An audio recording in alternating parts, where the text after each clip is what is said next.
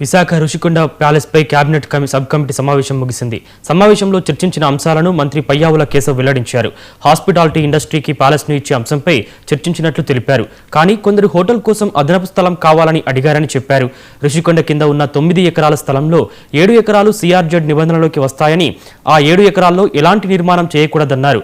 ప్రభుత్వానికి ఇదో సవాల్గా మారిందన్నారు. ఎల్లుండే మరోసారి సమావేశమవుతామని చెప్పారు. కాగా రుషికొండ నిర్మాణాలపై మళ్లీ నిర్మాణాలు చేసే అవకాశం ఉందని వివరించారు. చివరికి 2 బ్లాకులు టూరిస్టులకు కేటాయిస్తామని మంత్రి పయ్యావుల కేశవ్ అన్నారు.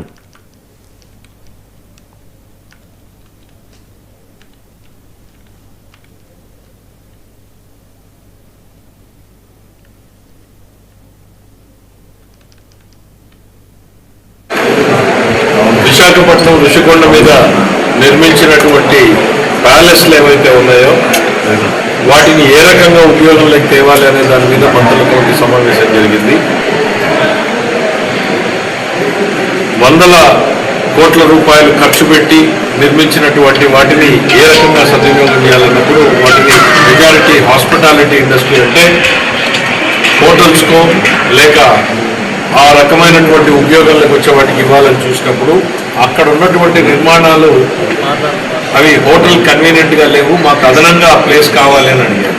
అదనంగా ప్లేస్ అడిగితే దానికి కొండ కిందనే ఒక 9 acres ఉందని చెప్పి ఐడెంటిఫై చేశాం. ఆ 9 acres ఇది ఇస్తాము అని అంటే దేశంలోనే పెద్ద పెద్ద హోటల్ సంస్థలన్నీ కూడా వచ్చి అప్లై చేశాం.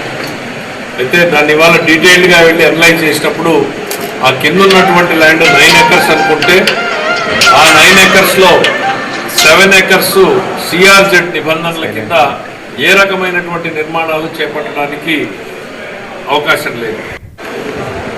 విశాఖపట్నం రుషికొండ మీద నిర్మించినటువంటి ప్యాలెస్లు ఏవైతే ఉన్నాయో వాటిని ఏ రకంగా ఉపయోగంలోకి తేవాలి అనే దాని మీద మంత్రులతో సమావేశం జరిగింది.